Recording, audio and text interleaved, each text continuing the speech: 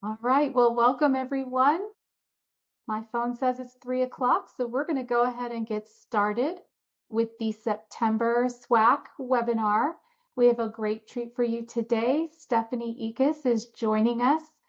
She did this presentation for us as part of the Conference for Assistive Technology in Education.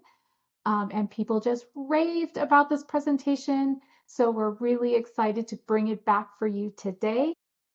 Stephanie is a full-time employee at Dynamic Therapy Associates and an adjunct instructor for Miami University in Ohio.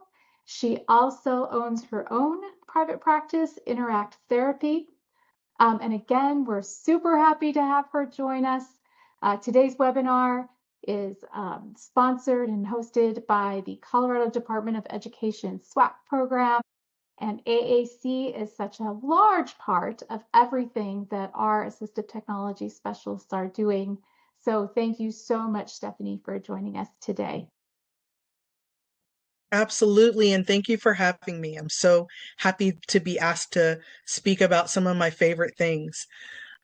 So our topic this afternoon is AAC all day, supporting communication for students with complex needs.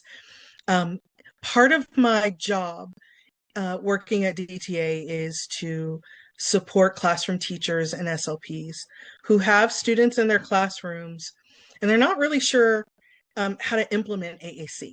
I always say programming devices is the easiest part. It's figuring out how to make communication meaningful and how to get that system implemented within that student's whole day. So that's what we're going to talk about.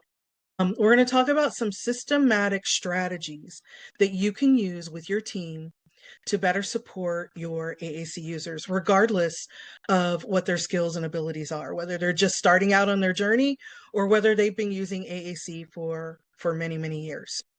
So let's get started. So we already went over my disclosures, but I do want to pause here on this slide because it kind of shows where we came from and where we are now.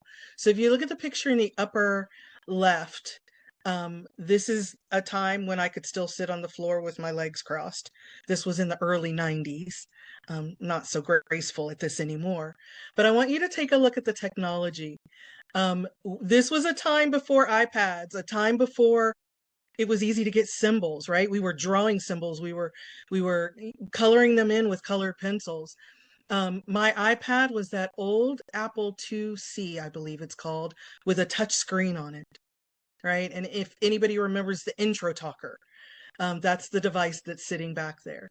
But you can't see my little friend's face, but his head is back with joy and excitement. And I like to talk about communication is not a test. It should be joy and excitement and meaningful. Fast forward to this decade, we now have iPads.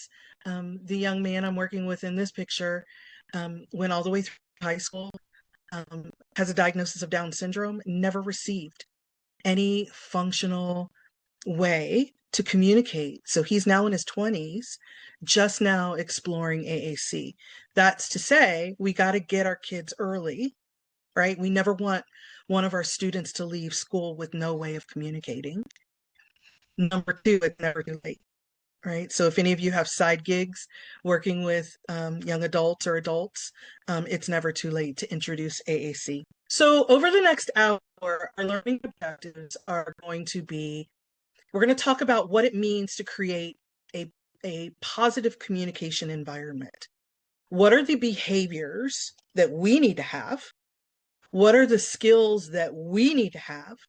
What are the tools that need to be, I call it sprinkled about, to help our students have meaningful communication? I'm going to show you a tool that helps you identify and assess your students' communication skills, right?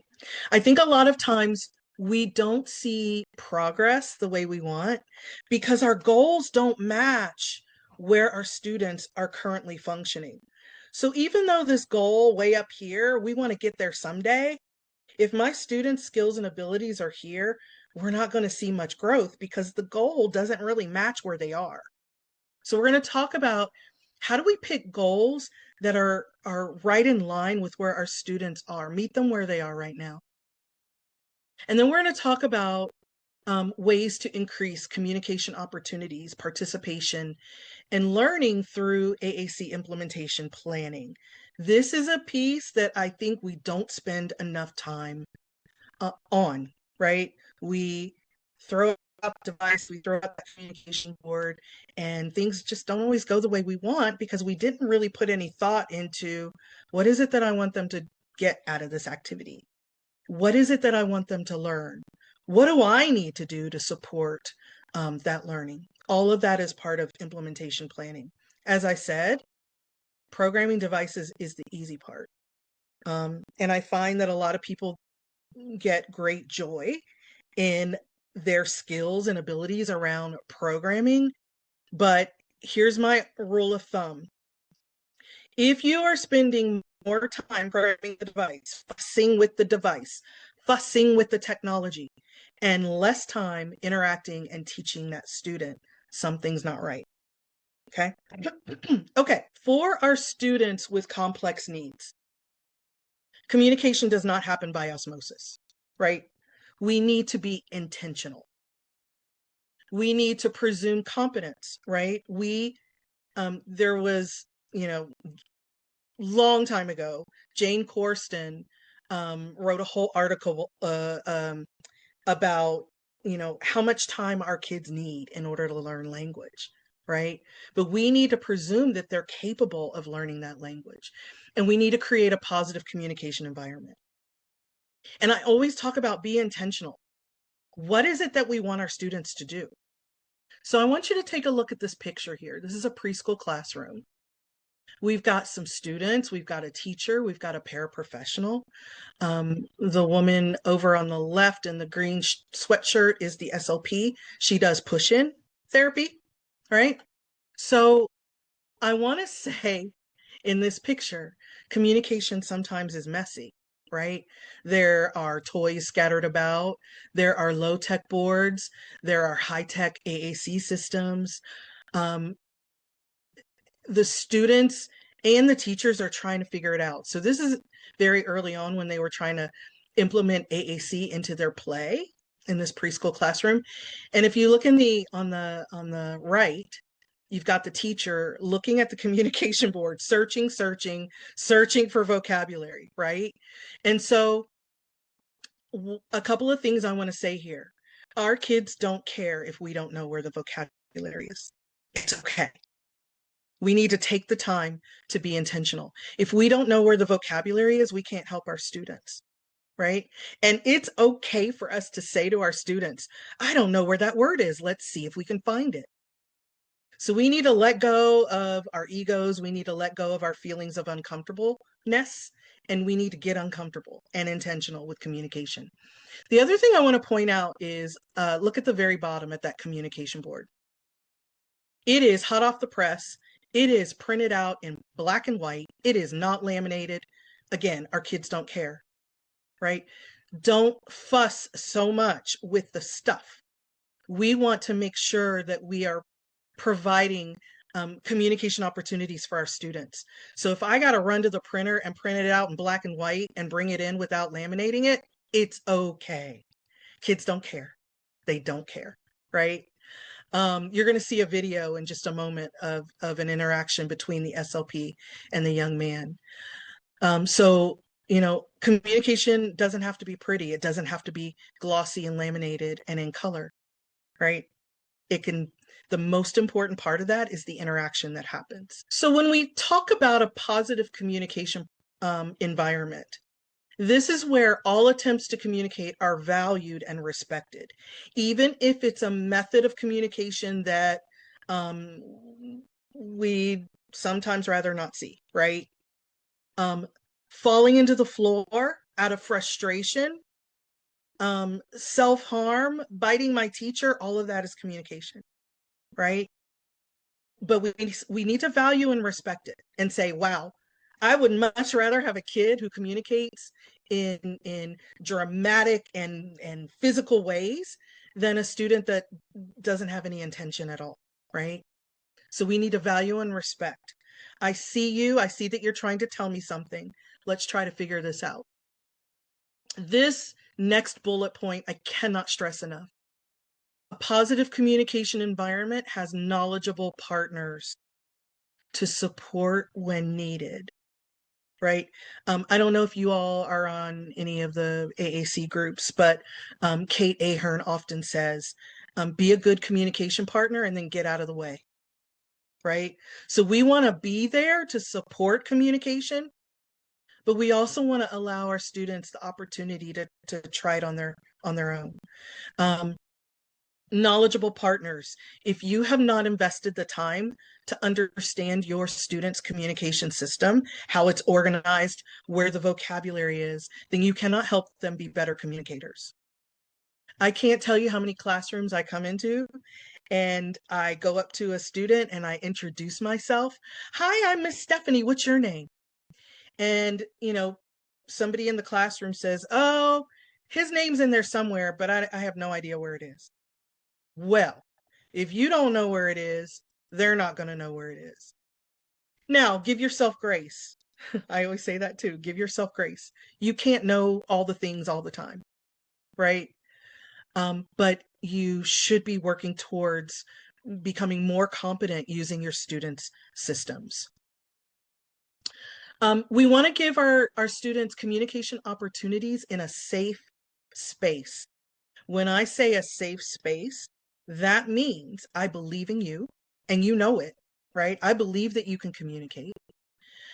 It's a place where no communication attempt is wrong, right? So I'm not looking for a student to, I'm air quoting, be right all the time. I'm giving them the space to learn to communicate. And with that comes mistakes, right? We all make mistakes. Typically, developing children, when they're learning to speak, use wrong tense or wrong words all the time. But for some reason, when an AAC user does it, we say, oh, he can't use this device, right? Okay. We have, in a positive communication environment, we have a team that holds high expectations that their students will learn to communicate. Okay. High expectations. I expect all of my students to become better communicators. They might not be the best, but I expect them to be better. I have the expectation that all of my students are going to have the opportunity to learn to read and write. That's my expectation. I have an expectation that my students are going to learn social skills, right? So I see a private client. He's an adult. He's in his 30s. He's a lifelong AAC user. And his social skills are rough because nobody ever taught him. So we're learning it now. It's never too late. The other part about a positive communication environment is appropriate communication tools are available.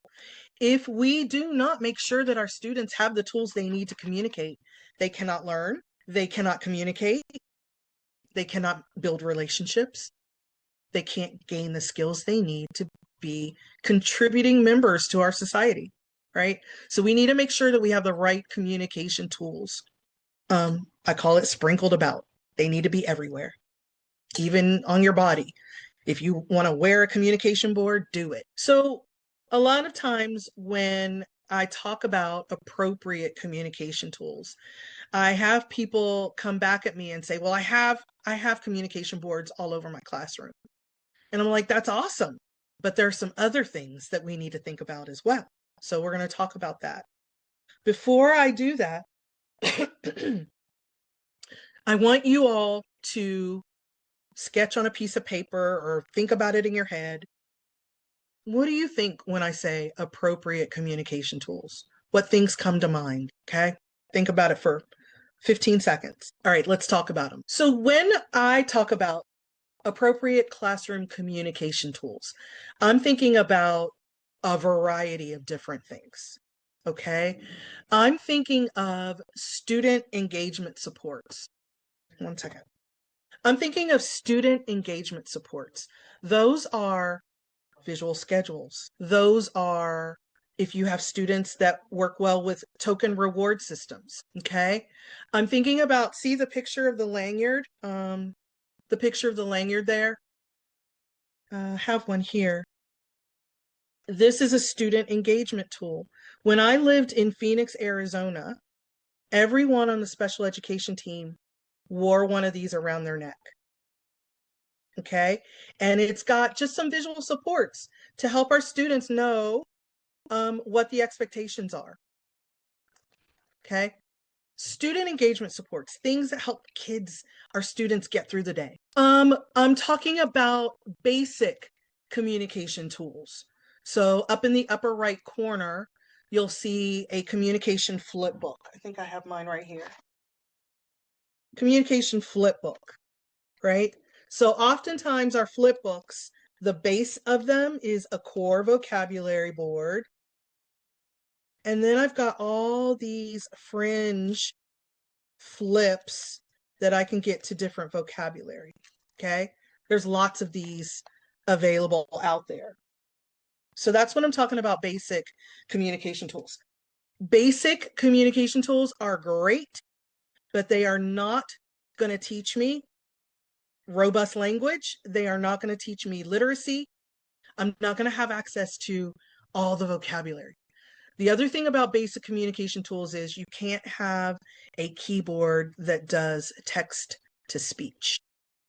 We're going to talk about that in a second. Another example of a basic communication tool is just those simple buttons that we can record into. You all probably have these in your classroom.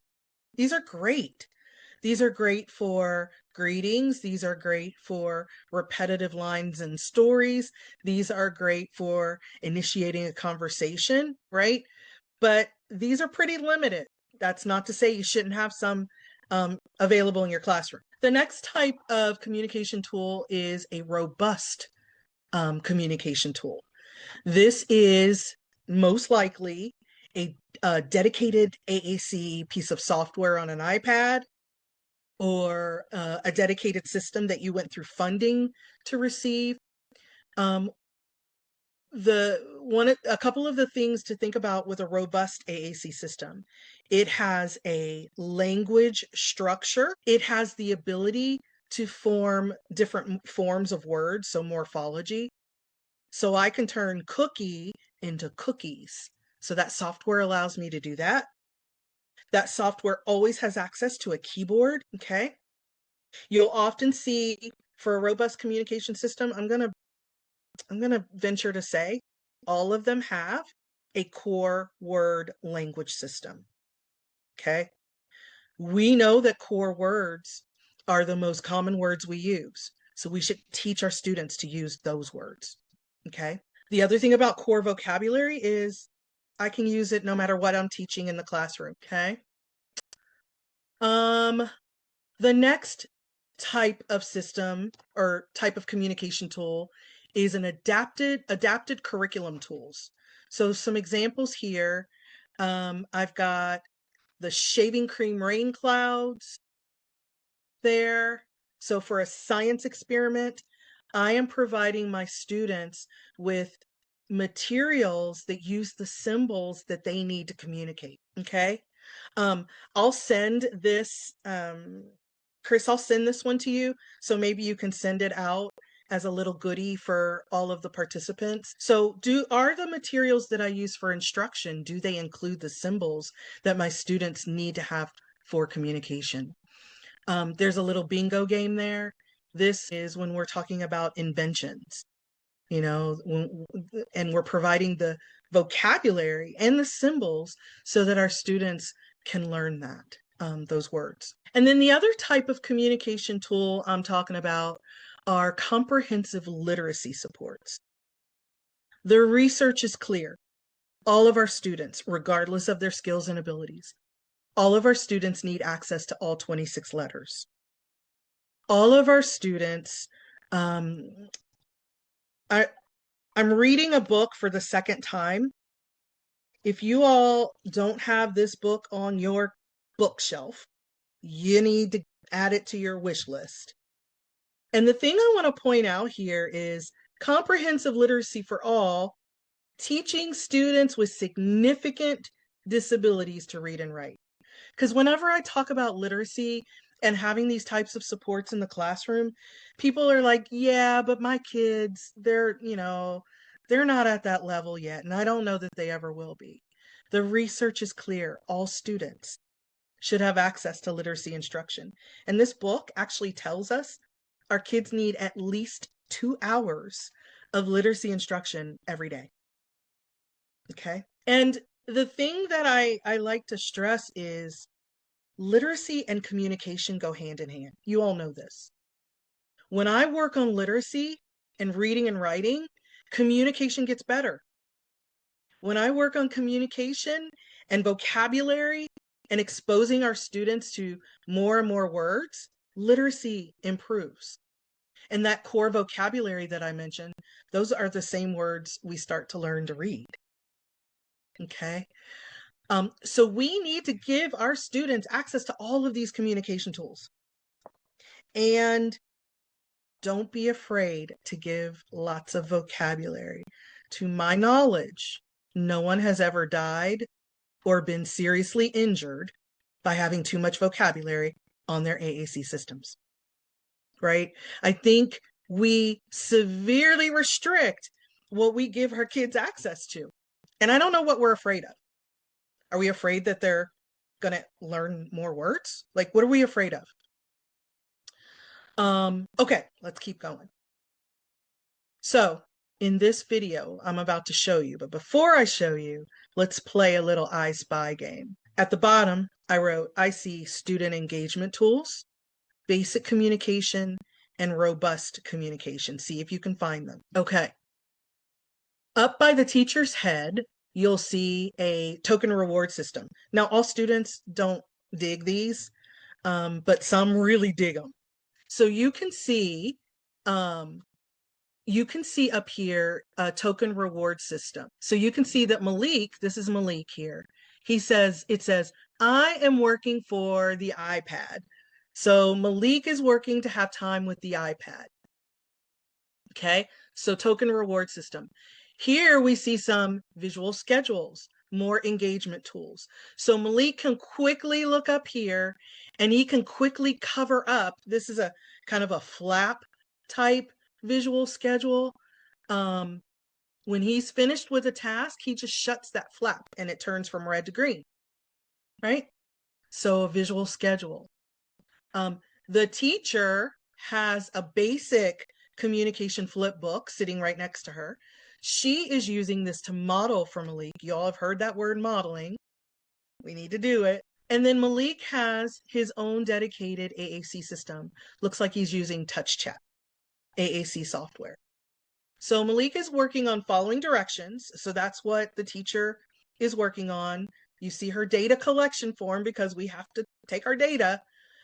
She's going to give Malik some instructions and let's just watch what happens.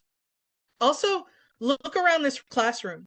This teacher also has a giant core board at the front of her classroom. All right, here we go. I need you to go get me 4 scissors. Go get 4 scissors. Excuse me. Oh, you need me to move.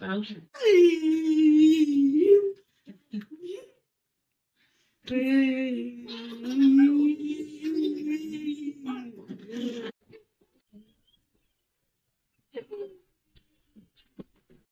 One, they go.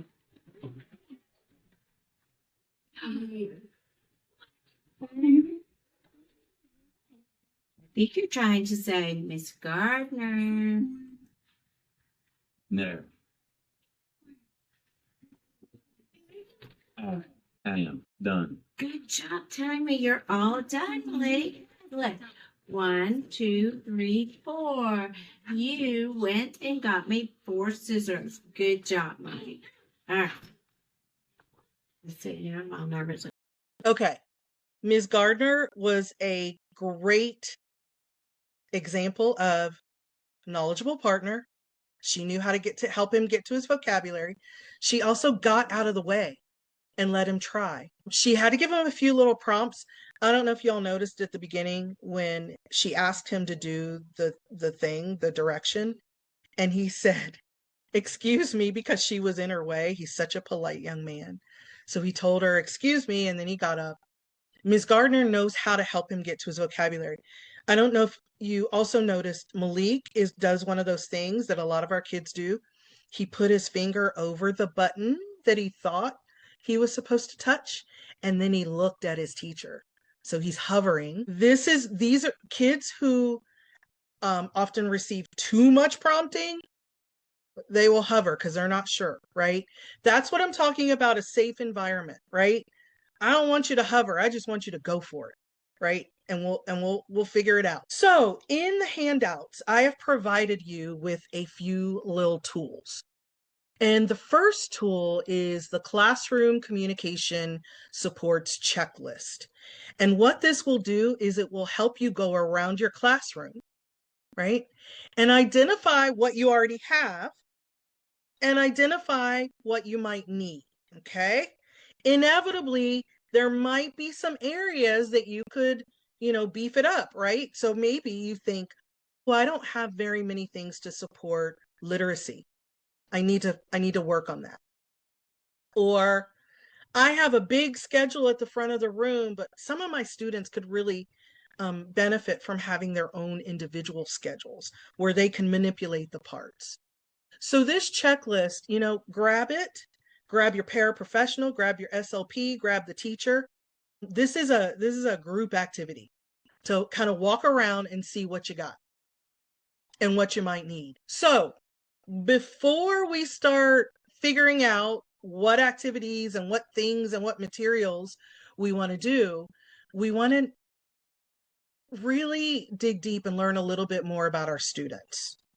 Okay, so this information is required if you want to address IEP goals related to communication and AAC implementation, right? So I think a lot of times we get really excited about all the things, the boards and the devices and the buttons and all the things, but we really need to take a step back and look at what do my students need right now. And so we're going to come back to the checklist in just a minute, but this is the Classroom Communication Goals Grid. You got this tool as well. Okay, so the Classroom Communication Goals Grid, it's on Teachers Pay Teachers. It's free, and that's the QR code to get to it. And I believe I also included it in your handout, but if not, I can get it to you. But what this is a systematic way to assess what your students' current communication abilities are, okay? So think about all the students that you know, all the students on your caseload if you're an SLP, all the students in your classroom. And can you, with confidence, write out a present level of performance related to communication? Do you know how, can you do that? Do you know where they are? Because many of our students are really difficult to assess, right? We can't use a standardized assessment. But I will say our education or our clinical gut, or if I have any parents, our parental gut, we know that our students know things. We just don't have a really good way to take data on that. And that's what the goals grid will do for you. So when you look at the communication goals grid, we're looking at some specific skills. We're looking at wants and needs. How are they communicating wants and needs? I will say that you'll probably agree with me on this one. Our students are pretty good at communicating their wants and needs. It might be scaling the side of a bookshelf to get to what they want at the top. It could be grabbing something. It could be pointing to a picture, but our kids are pretty good at communicating their wants and needs. The other thing we're looking at, y'all, it's storming here, so let's pray to the technology gods that everything holds tight here. We're also looking at social skills. How do my students exchange social information? When they come back from a long weekend and the family went somewhere, is your student able to, in a social way, share with you that information? Related to that is information exchange. Can they share information with you? I worked with a classroom one time, and there was a student, fourth grade boy, All day on his device, he just kept hitting the word poop all day. And we thought he was just being a silly fourth grade little boy talking about gross things. Well, his mother came to pick him up that day, and we asked her, why is he just saying poop all day?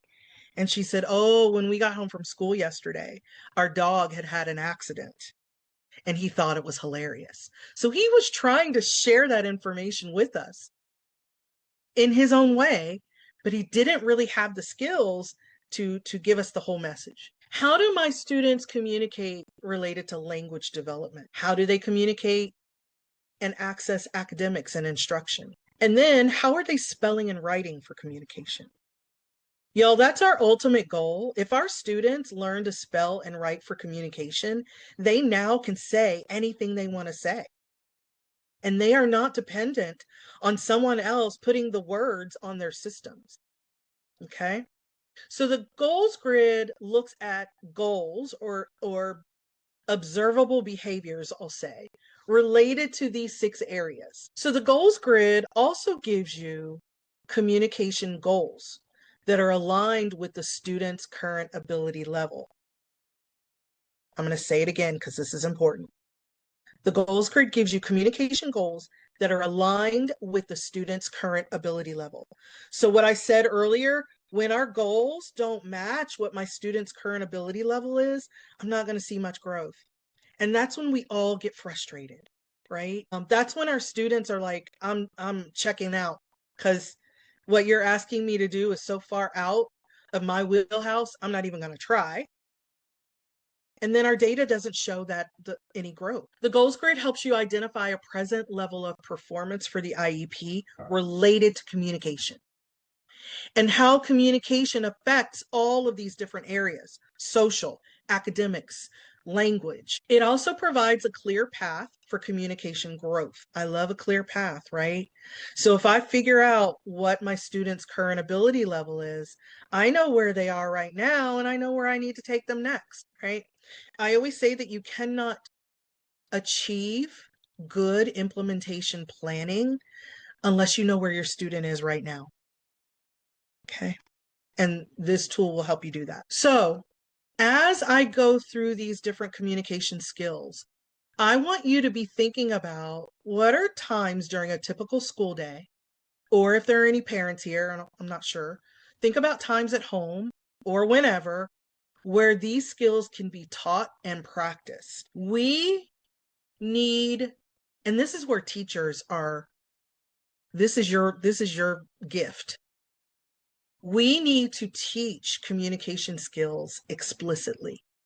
Communication does not just happen for our students, right? So we need to explicitly teach them to use their communication and give them opportunities to practice. Practice is important. I always talk about how I've been learning to knit for like 15 years. 15 years I've been trying to be better at knitting. It takes time and practice to get better. Okay. Wants and needs, communication for wants and needs. This is often where we start because it's tangible, it's easy to teach. If I know a motivator or an enthusiasm, I'll call them enthusiasms. I've stopped talking about obsessions, right? My student is obsessed with trains or obsessed with World War II. I call them enthusiasms because we should start using those to support communication and not using those things as reward. I'm going to say it again. We should be using enthusiasms and excitements to communicate and not as rewards. We shouldn't be withholding things that make our kids excited. Get creative and figure out ways to incorporate that. Okay, so communication for wants and needs. The ability to express one's needs and wants to regulate the behavior of others, because that's really what it is. I'm telling you that I want something and I expect you to get it. So it could be choice making, it could be requesting or rejecting. And for some of our students, rejecting is pushing it away or closing our eyes. All of that is communication and should be valued and honored. It's asking for help, right? So if I make communication, what's the word I use? Communication, can't think of the word, but when I set up a scenario for a communication, so I put your favorite toy in a container that you need to ask for help, right? So like I said earlier, I think our students are really good. Sabotage, but there's another word, I'll think of it. Because whenever I talk about communication temptation, yeah, whenever I talk about sabotage, it sounds horrible. So I've tried temptations a little more. Okay, so the next, whoops, oh boy, sorry about that. I don't know what's happening. There we go. All right. So the next one that we're going to talk about is communication for social exchanges. So this is greeting, which a lot of times we work on greeting. This is making comments. This is sharing personal information. One thing that's missing here is also asking partner-focused questions. I think we're really good at teaching our kids to talk about themselves. They know how to introduce themselves and tell you a little bit about themselves, but we forget to teach them that part of being a good communication partner is to ask your partner questions too. So in this video, our friend here is learning to say goodbye to the woman who's walking out the door here. Okay. Bye. See you later. He wiped his forehead because there was pressure because he was on video. But you know, I think a lot of times this is a good example of explicit teaching. We have to show our students where the stuff is.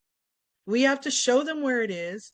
They need to be able to find it and use it in order to be an effective communicator. And then we need to give them practice. Okay, the next communication skill that we're looking at is communication for information transfer. And this is my most favorite video of all time because Anthony has something very important to share with his speech pathologist. Okay. And so information transfer is being able to express yourself, comment, share something personal about yourself, your opinions, and what you think about something. So pay close attention to this video because it's super cute. So Anthony has something very important to say. Play. Don't play. In love. In love with who? Wait, who are you in love with? In love. Yeah, with who? In love. Who are you in love with? Disappointed. Okay, I'm going to pause it because Anthony said he's in love, right? That's important. We want to hear more about that. This is a little clue for you to look for. When your students repeat something over and over and over again, they may not be perseverating. They may just not know what to do next. Right? So Anthony kept touching the in love button. In love. And you're going to see his face in a minute. He's smiling ear to ear. This shows the power of a knowledgeable communication partner. Because if Anthony did not have a knowledgeable communication partner, this conversation would have gone nowhere. But watch what happens. It's a person, right? Why don't you go look at your people? Right there. Yeah. And somebody in your class? Where's your class? Look up here. Where's your class? Look. See your classmates? That's the way to do it. Jessica. Oh, Jessica. Look at that face. So by having a knowledgeable communication partner, Anthony said, I'm in love. And his therapist says, who are you in love with? He keeps saying in love, in love. And she said, it's a person, right? So she helped him navigate to his people page. Navigating independently is not a prerequisite for using AAC. We have to be there to help, right? So his therapist gets him to the people page, and he immediately and independently goes to Jessica. Okay, let's see what happens next. In love with Jessica? Oh my. So what are you and Jessica gonna do? Jessica. Yeah? Are y'all gonna do something? Are you gonna, let's see here. Yes? You gonna do something? Yes? No? No? I don't know. You don't know? Did you tell her that you're in love? Have you told her this? Did you tell her? You did? Yeah, look. Look, honey. Did you tell her yes? Yeah? Yeah, me too. You told her, huh? Are you gonna go somewhere, you and this Jessica? McDonald's. Oh, so look what you can say. Watch, you can say. He independently went to McDonald's, right? So our students are going to show, you all know this, they're going to show really good skills in some areas, and other areas they need a little more scaffolding and support. Well, I'm gonna show you. I'll show you your movie in a second. Look, you can say we might do something. Hey, Anthony, you want to say we're gonna do something? Mine. Oops, hold on. Ready? Pronouns. Now we is gonna be right there, sweetie. We. Are you gonna go somewhere? Go. Go to. Oops, hold on. Street. Whoa. We go to 2. a place. Where are you guys gonna go? McDonald's. Oh, let's hear the whole thing. What do you have to say? Picture. All right, watch. Ready? Hit right here. We go to McDonald's. You're gonna take her out to McDonald's? So, as I said at the beginning, without a knowledgeable partner, without somebody who knows how to navigate the system and support him, that conversation would have gone nowhere. But look at how rich and beautiful and interactive and engaging that communication interaction was. And he learned about pronouns, how to get to those. He learned how to put 4 things together in his message window, and he learned how to say all of that together. Okay? All right. Communication for language development. So the ability to use language to express oneself with multiple communication partners in all environments, right? So that's not, oh, he doesn't need this because I understand what he's saying. You're just one partner. We need to look at all communication partners, right? And there's going to be different levels of using language to express oneself. This is a picture of that giant communication board at the front of the room. I highly recommend, if you don't already have one, you can print off a core board from Project Core. There's a free one you can download from there. Many of the AAC manufacturers on their websites have free posters that you can print out. And I know a lot of school districts have poster printers. Print one out and have it at the front of the room. That way you never miss an opportunity. You never miss a communication opportunity. Okay, so I told you earlier I was going to show you a video of that preschool classroom. So this is that printed out black and white unlaminated board, but I want you to watch the interaction. So by having access to that board, that simple little printed out black and white board, it helped this little young man. His mouth words came out better, right? So for some of our students, even though they have some verbal skills, those communication boards are going to support, if they can't think of the word or they don't have that vocabulary in their repertoire yet, communication boards, those basic boards, can help our students who are going to use their mouth words. I have a classroom in Georgia, and regardless if you are speaking or not, non-speaking, everybody gets a communication board on their desk, right? Everybody uses communication boards. Because even your students who are able to use mouth words, when they become dysregulated, or their vocabulary is limited, or their language is limited, those communication boards can build up that repertoire of vocabulary and language. Communication for academic engagement. There's our friend Malik again during a science experiment, and look at what's right next to his science experiment is his communication device, right? Because we want Malik to be able to talk about what's happening, and we want to maybe focus on certain words that he needs to learn during the instruction.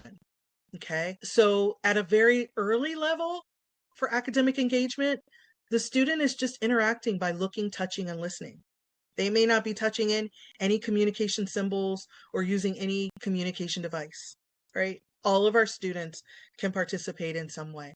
And then spelling and writing for communication. This article, if you scan that QR code, it'll also give you the reference for this book that I talked about earlier. I think you all have been chatting about it in the chat. But this list of things we need to, I mentioned earlier in that book, it says our kids need 2 hours of literacy instruction every day. So how do I sprinkle that throughout my day? Maybe I have my students sign in at the beginning of the day when they walk in, right? There's some time. Maybe we do a predictable chart writing activity.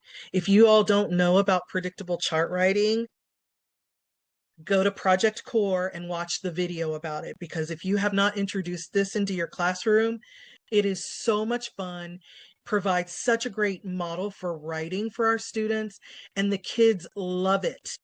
So predictable chart writing is something that you could be doing every single day for 20 minutes a day, writing on your, working on a chart.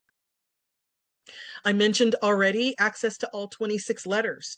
So if you have students who have robust AAC systems, make sure that their link to their keyboard is still available. I see that happen a lot where people are like, oh, he doesn't need the keyboard, so we're going to delete it. Don't do that. All of our kids need to have access to their keyboards, even if it's just to scribble. We do not restrict letters from other kids. We shouldn't restrict letters from ours. Okay, so when you are looking at the goals grid, so we looked at all the skills that we're looking at. For each skill, a student can be performing in one of 4 ability levels, level P through level 3. So by using the goals grid, you're going to figure out for wants and needs, what level is my student currently functioning? Okay, are they a level 1? They can, if I hold up a symbol of 2 things, they can make a choice. So they're at a level 1 symbolic. If the student is not using symbols and they just grab for it, they're a level P. So by using this, you're going to be able to, with confidence, show what your student's skill ability level is in each of those 6 areas. Okay? Your students will not be in the same level for everything. They may be a level P for academics, but at a level 1 for wants and needs. Okay, so be aware of that. Okay, so we're gonna take a closer look. I'm gonna come out of here and I'm gonna show you the goals grid a little bigger so you can see it. So this is the goals grid. This is the first page. As you complete the goals grid, I recommend that you do it a couple times a year so that you can show growth over time, right? So at the beginning of the year, let's just say, our student is showing, 20% for social exchanges and, 50% for wants and needs. So you're going to actually have data to show and data to compare over time. I'm going to scroll on down. What you're going to do is you're going to come to each communication behavior. Can you all see that? Let me make it a little bigger. I always appreciate it when presenters make things very large. So for wants and needs, you're going to go through and you're going to read each of these statements. And if it describes your student, you're going to give them a check, okay? You're going to do the math and then you're going to put the percentage here, okay? And you're going to go through each of those areas to figure out what skill level is your student. So if I decide that my student is a level P, I mentioned a clear path of instruction. If they're a level P now, I know that I'm going to be moving towards level 1 goals. So this is what I'm talking about. If you have goals for your student that are at a level 3, but they're still at a level 1, goals aren't matching their ability levels. Okay, so hopefully that makes sense. So you've gone through the goals grid, you've looked at the communication checklist, You know what materials you need. You know what skills your students need to learn. Now what do you do? And I'm going to quote one of our founding fathers, Ben Franklin. And I'm going to say, by failing to prepare, you are planning to fail, right? If you are not intentional with your planning on what your students need to learn, how they're going to learn it, when they're going to learn it, and why they're going to learn it, then it's not going to happen. So another tool that you got in the resources is this routine communication target planner. This is a way to strategically and intentionally make sure that we are giving students opportunities to use their AAC devices, receive models, practice throughout the day. Okay. I have some teachers that have printed this out in a poster. They've laminated it and hung it in the classroom. And every week they wipe it down and they add some different activities and different things that they're going to be working on. It's hanging in the classroom. Everybody's on the same page. Paraprofessionals know what's expected. We all know what we're supposed to be working on. So the way you do it is you write down your classroom schedule in column 1. You write down in column 2 what specific targets, what words are we going to work on. I say pick no more than 3. You're going to identify how the student will communicate each of those targets.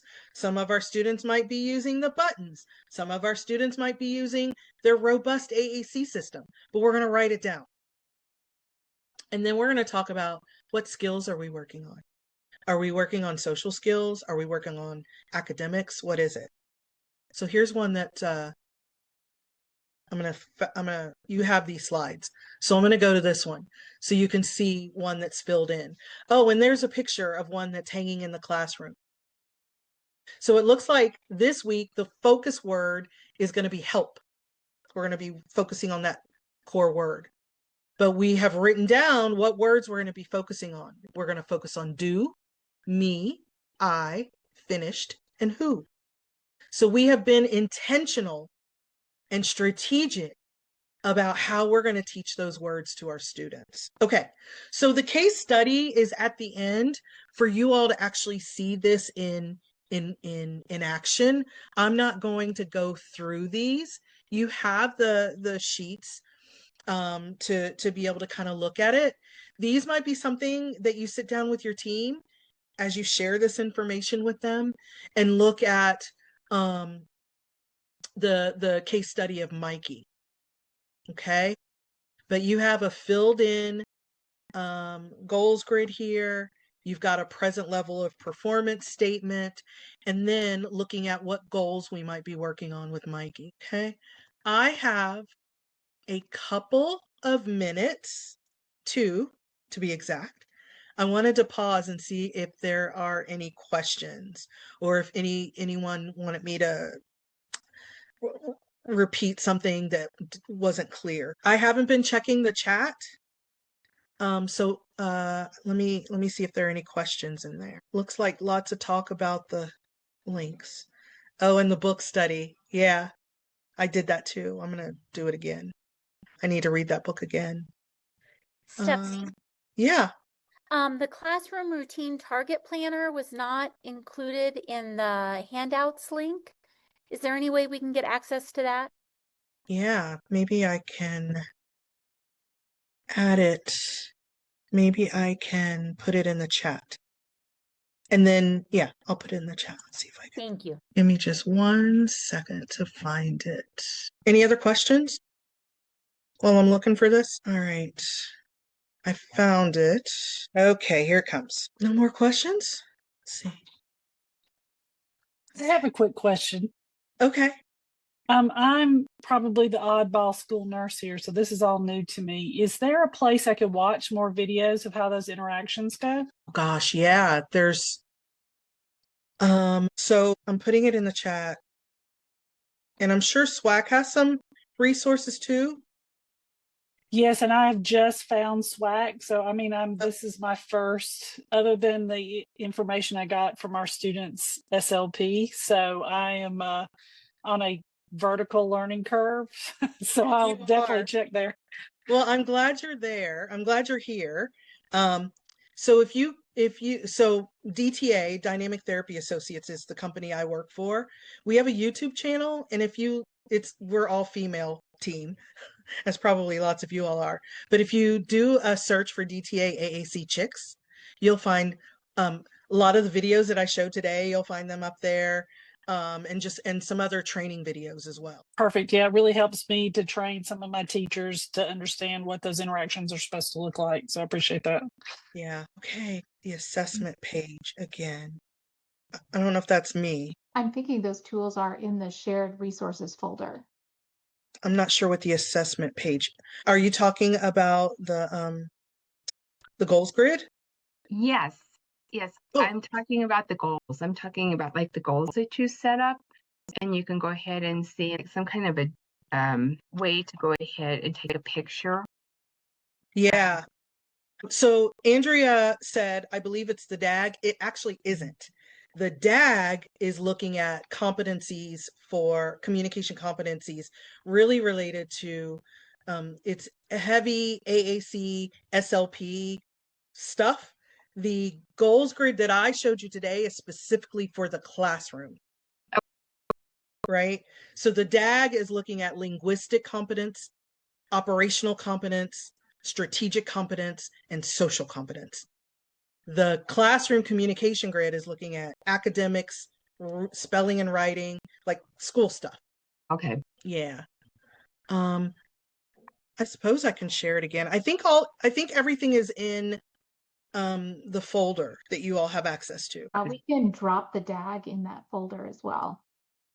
Okay. Do you have access to it? Everyone should have access to that shared Google folder. And if you give me just a few minutes once we finish here, I can go ahead and drop the DAG in there as well. You all are very welcome. This was super fun. I hope you found the ideas and the resources helpful. I'll leave you with, give yourself grace. You can't know all the things all the time, but always be working towards creating positive communication environments for your students. Well, thank you, Stephanie. This was terrific information. So many great ideas, strategies, and tools. In fact, I would love to just encourage everyone before you finish for the day, sit down and write yourself a few notes about the ideas, strategies, and tools that really resonated with you, so that when you go back to work tomorrow, you have a place to go back and reference when it comes time to taking these great ideas and applying them to the environment that you're working in. Love that idea. Also, my email address is here. I always welcome people if you have any questions. I always welcome people to email me, but nobody ever does, but I throw it out there if you want to. I'm available to support you, or I love to brainstorm.